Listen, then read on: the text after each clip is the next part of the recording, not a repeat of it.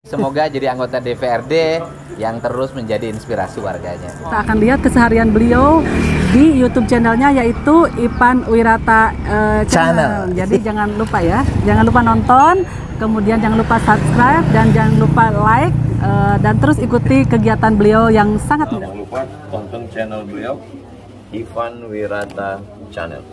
Jangan lupa support pembangunan pesantren Darul Ihsan Jambi. Berkah selalu. Assalamualaikum warahmatullahi wabarakatuh.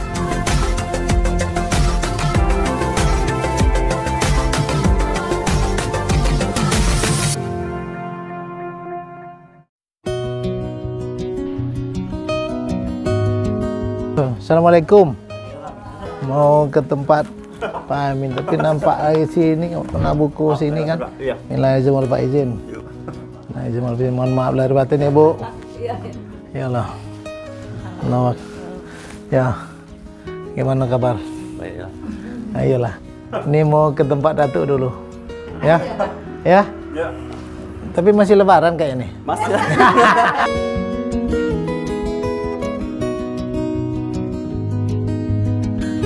Assalamualaikum. Tuh. Allahu Akbar. Inilah minal aizin wal faizin. Mohon maaf lahir batin. Ya. Mana tahu dalam selama pergaulan ini kan banyak yang tak salah kata, salah ucap, tapi namun silaturahmi tetap dibangun. Masih ada kuenya? Masih. Ya, supaya di hari yang mulia ini, bulan Syawal ini, dengan waktu yang cukup sibuk, tapi namanya mengunjungi, bersilaturahmi itu bagi orang-orang yang selalu ya seperti pemimpin-pemimpin atau kepala desa yang dicintai rakyatnya, kita juga harus mampir sambil menikmati suasana lebaran. Tapi kita cicipin dulu kacangnya nih ya, tapi mudah-mudahan tidak menambah kolesterol tinggi. Ya. Ayo, Jang.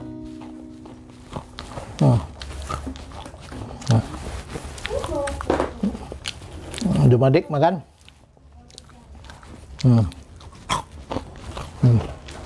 Suatu kehormatan dan kebanggaan saya sebagai kepala desa dikunjungi oleh anggota Dewan Provinsi dari. Waalaikumsalam. Well, minal aizin wa izin. Ini pimpinan Golkar kita. Kepada Bapak Ipan yang sudah hadir ke rumah saya ini, walaupun rumah ini sangat sederhana, dan juga ini suatu kebanggaan dan kehormatan bagi diri saya dan juga keluarga saya dan masyarakat desa Tunas Mudo ini dikunjungi oleh anggota Dewan Provinsi Jambi. Harapan saya ke depan kepada Bapak Ipan Wirata, ya, jadi kami di desa ini sangat mensupport dan juga dalam kegiatan Bapak sehari-hari membuat konten itu saya sebarkan juga ke masyarakat ini. Ini suatu momen yang sangat baik lah di dalam kita membuat konten ini untuk supaya masyarakat itu tahu siapa pemimpin-pemimpin itu yang harus bersatu ataupun dengan masyarakat. Nah, jadi karena turunnya Bapak ke desa kami ini, kan Bapak tahu apa keluhan dan kesusahan masyarakat di desa Tunas Mudo ini. Harapan saya ke depan Bapak supaya lebih lagi giat dalam mensosialisasikan, mungkin ada tujuan Bapak ke depan. Jadi kami desa Tunas Mudo ini sangat merespon dengan kegiatan-kegiatan Bapak dan sosialisasi Bapak ke desa-desa. Alhamdulillah pada hari ini Bapak hadir. Ini memang suatu kebanggaan dan kehormatan bagi saya dan juga keluarga dan khususnya masyarakat desa Tunas Mudo ini. Memimpin desa sesuai dengan visi misi Datuk yang dulu pernah kita diskusikan.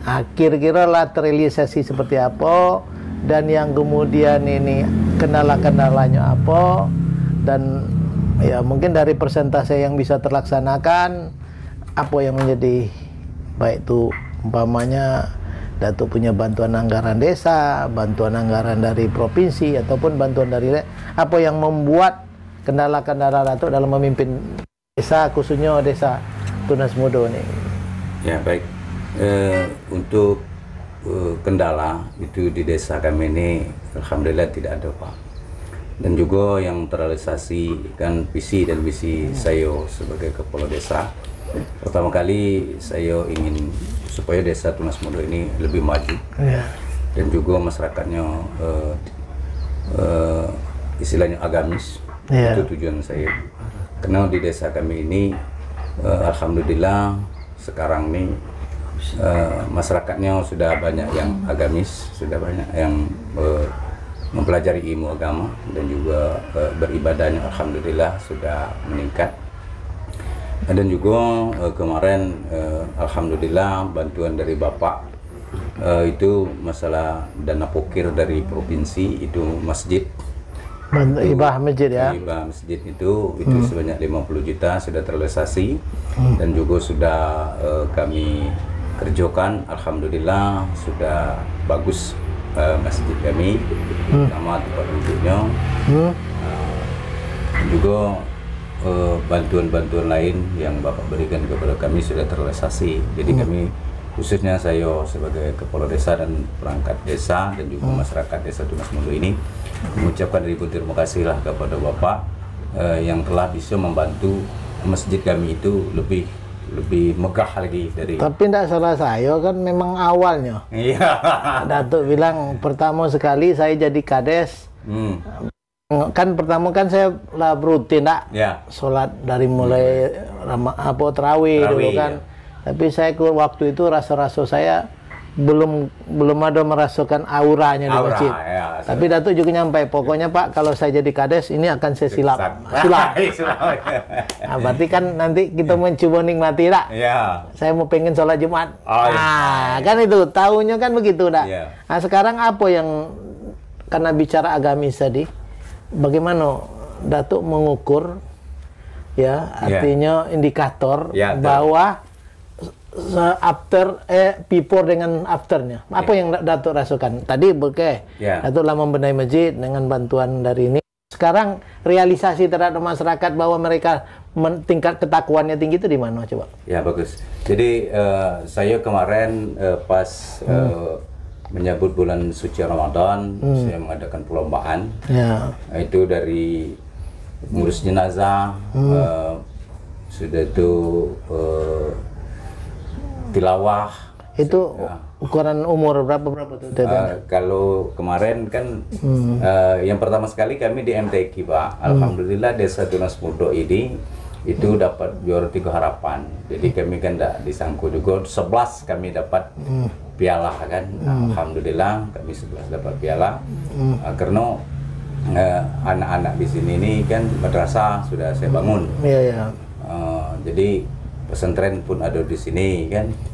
Jadi yang pertama kali kami MTQ ini, kami suatu kebanggaan juga lah di desa Tunas Mudo ini bisa membawa piala 11 piala kan. Itu MTQ dalam kecamatan Sekernan. Nah, dalam kecamatan Sekernan 11. Ya, 11 piala kami. Itu juara 1 kalau tidak salah 5 cabang. 5 cabang dan juara 2 sampailah juara 3.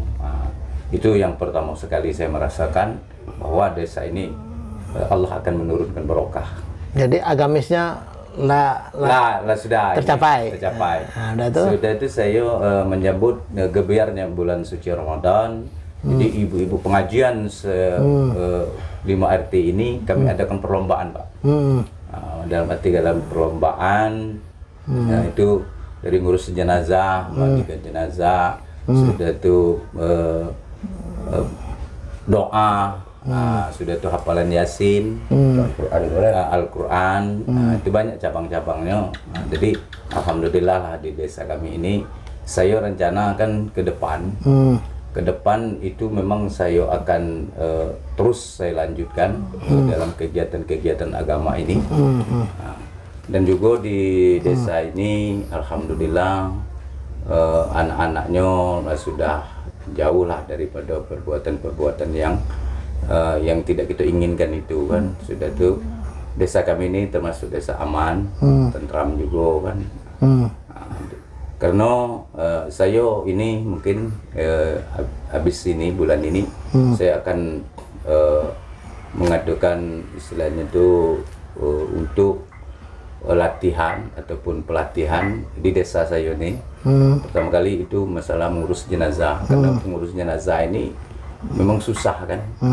Jadi saya akan mengadakan itu mungkin dananya mungkin dari pribadi apa macam mana, yang penting kan supaya masyarakat saya ini kalau ada orang meninggal dia tidak mencari orang-orang di luar. Nah, kalau sekarang ini kan masih di sinilah, karena di sini nih orang meninggal paling berapa orang yang tertentu yang bisa mengurus jenazah itu. Karena kan itu hukumnya kan fardu kifayah. Ya, fardu kifayah kan. Itu wajib itu. Jadi saya akan mengadakan pelatihan itu untuk mengurus jenazah. Itu tuh saya juga gak tertarik ya, bahwa memandikan jenazah, mengapankan dan menyembayangkan ini kan biasanya orangnya yang ada di desa itu lah tua dari tahun ke tahun itu. Nah, artinya ini Datu akan coba generasi muda juga bisa mandikan jenazah.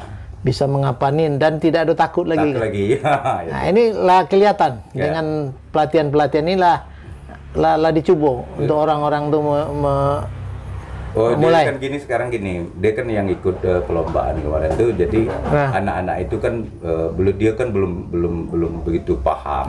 Jadi kan kalau saya mengurus jenazah tuh saya bawa anak-anak itu saya bawa. Jadi di istilahnya tuh belajar langsung praktek. Nah, jadi ini caranya saya bilang kan. Nah, dari mulai kita mengoyak kain kapan sampai kita memandikan, sudah itu kita sampailah kita membungkusnya kembali, dan juga kita mensolatkan dan kita mengantarnya ke tempat pemakaman, dan juga saya akan mengajarkan anak-anak yang muda-muda ini untuk membaca talqin itu.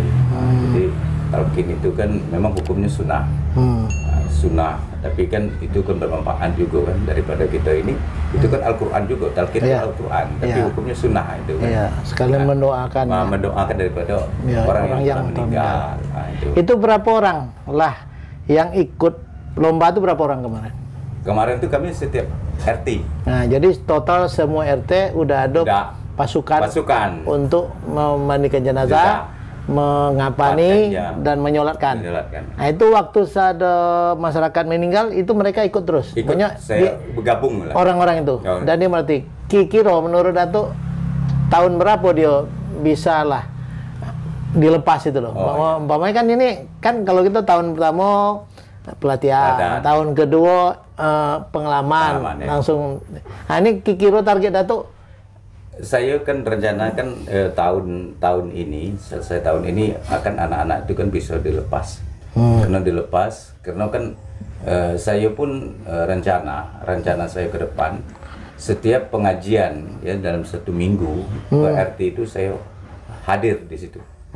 Jadi saya hadir memberikan masukan dan juga saya memberikan ilmu lah sedikit kepada orang-orang yang belum paham untuk mengurus jenazah itu, dan juga teorinya dan juga syaratnya.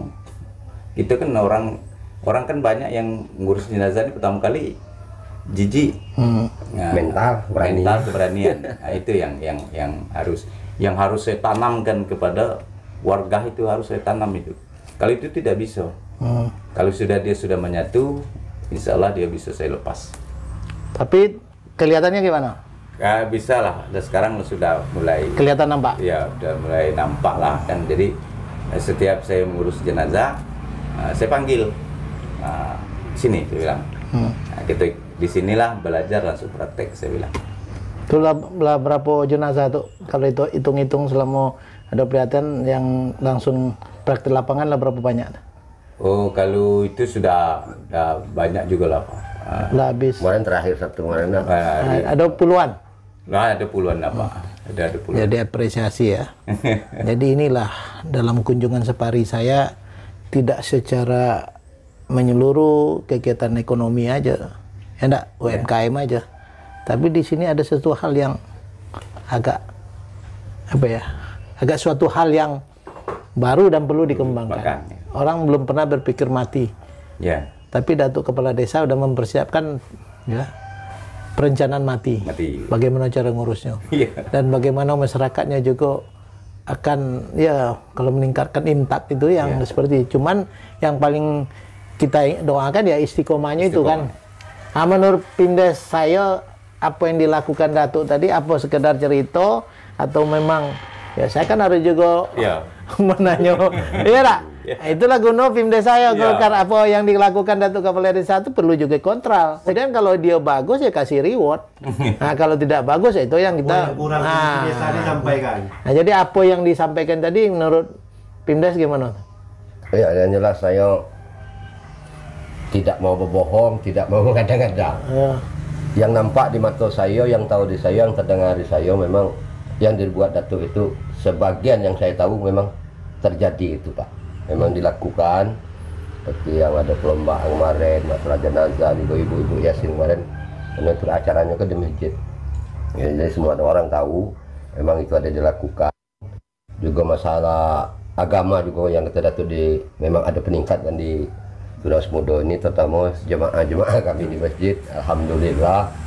Apalagi sekarang saja Bapak bantu kemarin dana kemarin nampak selama ini mungkin gak baku, sekarang udah cerah, mungkin ada tertariknya masyarakat untuk datang ke masjid. Kena bau duduk tadi sudah bagus, segala macam, ada gaya tariknya.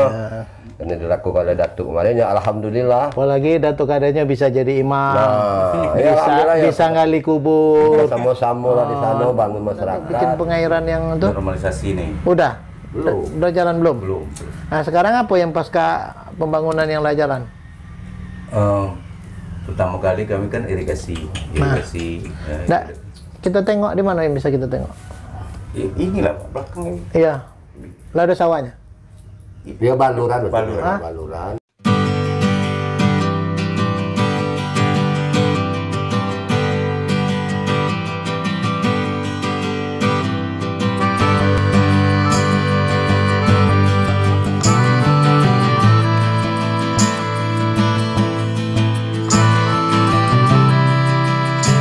Kan ke pesantren dan juga kan. Ini berapa panjang itu? Oh kalau ini yang saya bangun ini cuma 100 meter ini baru Pak. 100 meter. Ini melalui dana desa berapa habis nih? Ini 25 juta Pak. Oh 25 juta dengan panjang? 92 meter. 92 meter. Ini cara kerjanya gimana? Ini kerja gotong royong atau gimana? Gotong royong lah. Jadi warga di sini lah Pak. Jadi untuk pembangunan desa ini, kalau bangunnya di RT 4 ini, pekerjanya orang RT 4 Pak. Oh gitu. Jadi kalau di RT 5 pekerjanya orang RT 5. Berarti artinya dia menambah pendapatan dia. Jadi mengurangi pengangguran ya. Jadi Datuk polanya pola gotong royong. Gotong royong. Oh gitu. Itu upahnya berapa tuh? Kalau upahnya Pak, dia kan sesuai dengan aturan dengan RAP. Kalau untuk tukang itu kan cuman 120.000 itu per hari. Namun kan saya kan kalau sekarang ini tidak bisa lagi seperti itu Pak upahnya. Walaupun di rapnya segitu, saya tetap karena harga barang sekarang ini tidak sesuai lagi dengan gaji itu kan. Tapi dengan pasti kan ada juga yang berkontribusi membantu. Artinya tidak terbatas upah yang sesuai. Sudah sesuai. Ya. Nah ini mana ini ya? Ini berapa RT tuh yang Datuk buat? Untuk tahun ini itu di RT 2 itu sudah terrealisasi. Nah, di RT 4 ini di situ ada 374 meter sudah terrealisasi. Untuk tahun ini. Nah, ini kalau dalam keadaan curah hujan cukup besar ini apa dampaknya? Banjir. Ini bukan di sini saja yang banjir Pak. Jadi kan air yang di pemukiman itu kalau pas hujan itu banjir dadakan karena kan air pembuangan itu tidak ada. Nah, jadi kalau rencana saya ini kan dinormalisasi, air itu bisanya terjunnya ke sini. Dan sampai ke Sungai Batanghari. Ya, hampir sampai Sungai Batanghari lah. Ya. Desa lagi nih Pak. Nah, Jadi berapa kilo nih panjangnya kalau sampai ke Sungai Batanghari ini? saya kira berapa tuh sih ya? Kita 2 kiloan. Sekitar 2 kilo. 2 kiloan. Ya. Kalau ini 2 kilo lah dinormalisasi, Ya. apa dampaknya terhadap desa ini? Kalau untuk dampaknya Pak, ini sudah ternormalisasi. Jadi kan warga saya ini kan dia bisa beternak ikan di sini Pak. Satu, Ya. beternak ikan. Yang kedua kan banjir dadakan itu tidak ada lagi karena airnya terjun ke Langsung ke ini mengalir ke Batanghari. ataupun ke belakang ke sawah-sawah kan. Ke sawah-sawah. Ya. Yang hilirnya kan ke sungai ini Batanghari, Batanghari. ini. Hulunya ke mana nih paling? Dia kan keliling-keliling Pak sampai ke sawah, sampai ke desa perbatasan Setiris. Oh. Setiris. Sawah yang ada di sini di mana? Di depan Pak, di depan. Hubungannya ke sawahnya ada? Ini ke sawah ada cuman dia ini dari situ batas Kedemangan. Ada sana Polongan. Jadi pengaruh sewa sawah di sini berapa luas? 40 hektar Pak. 40 hektar. 40 hektar ini yang nama saluran ini berpengaruh sekali. Gitu. Kalau sekarang 40 hektar tuh digarap berapa tuh? Ada potensi enggak di luar 40 hektar itu? Ada Pak, ada potensi di dalam 40 hektar itu. Di samping itu kan di sini ada sawah, dulu kan di situ kan ada juga kolam warga lah, tapi kan tidak bermanfaat lah sekarang ini kan. Nah, jadi maksud saya kan potensinya itu kan karena kami ini kan di desa ini kan terbatas di dalam dana dan juga aturan. Kami kan tetap ikut aturan daripada pemerintah. Nah, maksud saya itu kalau ada dana yang bisa mengucur bukan dari dana desa untuk membantu masyarakat kami, masyarakat kami bisa beternak ikan juga Pak di situ. Kemarin ada juga orang datang. Jadi dengan menormalisasi ini terbukalah lapangan pekerjaan dengan budidaya perikanan ya. Basat manfaat ya. Yang kedua, sawah-sawah yang 40 hektar ini bisa lagi berkembang ya. Luasannya karena banjirnya lah diatur. Ya. Nah, ini langsung ke madrasah nih. Ini pesantren. Ke pesantren. Ini pesantren apa nih sini? Baitul Ulum. Oh, Baitul Ulum. Ya. Itu muridnya berapa tuh? Itu sudah banyak juga Pak, bukan dari desa ini baik kan, dari desa-desa lain seperti Ngas Bandung, Sekernan, banyak lah dari desa. Sudah sini? Sudah. Sejak dibangunnya jalan rapat betonnya apa dampaknya terhadap pondok nih? Ya pertama sekali kan anak-anak ini kan dia kan dekat Pak. Kalau yang warga kami yang di sini di pesantren itu dia dekat, mintasnya dekat langsung ke pesantren. Kalau kita lintas itu keliling. Jauh ya? Jauh. Nah, jadi ini jaraknya tempuhnya makin dekat. Yang kemudian kalau hujan becek nggak ada lagi. Nggak ada becek lagi. Tidak ada untuk tidak sekolah lagi. Ya. Alasan karena kita lah buat. Jalan. Oh, aduh. Ini dari aksesnya melalui sini RT berapa nih? RT 4. RT 4. Kalau yang tadi, RT yang lain tadi, rapat betonnya untuk apa? Oh itu Pak, itu kan menghubungkan pertama kali menghubungkan antar desa. Akses ke desa, antar desa. Dan juga kan kami peningkatan untuk sandang pangan, karena kan kami di situ pertanian Pak. Nah, berarti diisahkan jalan usaha tani ya? Ya, usaha tani. Atau jalan sarana produksi? Produksi, ya. Nah, boleh nggak saya menengok produksi pertanian Datuk? Kemana yang salah satu kita lihat? Oh, kalau ke situ Pak, bisa. Nah, di sini bisa juga Pak. Nah, ini kan untuk pertanian juga bisa. Nah, coba.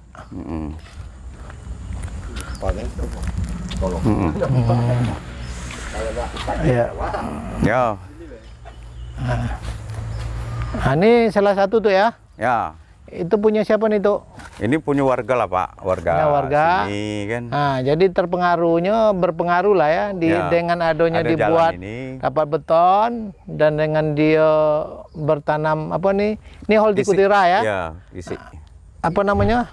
Kisi, ketolo. Kisi ya, ketolo ya. Nah, ini bagus ya produksinya. Ya. Ini berapa luasan itu?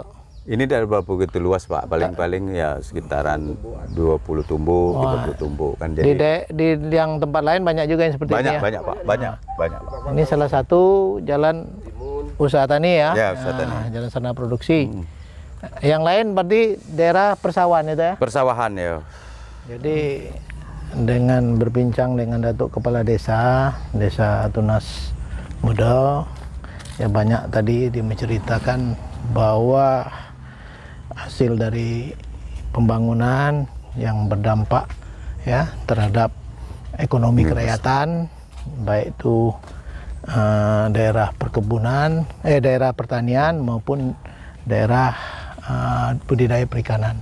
Artinya jalan usaha tani ini dikatakan bisa jalan usaha tani, bisa juga dikatakan jalan sarana produksi dengan menganggarkan dana desa. Ini sangat berproduktif.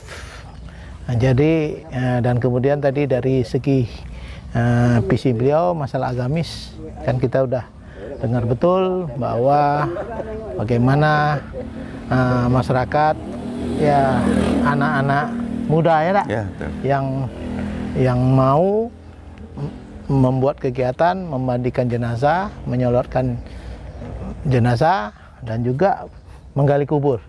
Ini adalah salah satu program visi misi yang di bidang agamis. Dan kemudian kita lihat juga nanti hasil hibah dari dana pokir untuk bantuan masjid yang katanya masjidnya dulu kurang daya tarik. Alhamdulillah sekarang. Makanya saya pengen safari Jumat di masjid apa tuh? Baitur Rahmah Daniyah. Ya, mudah-mudahan inilah membuat Datuk Kepala Desa menjadikan desanya menjadi negeri yang baldatun thayyibatun warabun ghafur. Amin. Ya, barang siapa menolong agama Allah, Allah akan tolong dan teguhkan. Ini ada di Datuk Kepala Desa.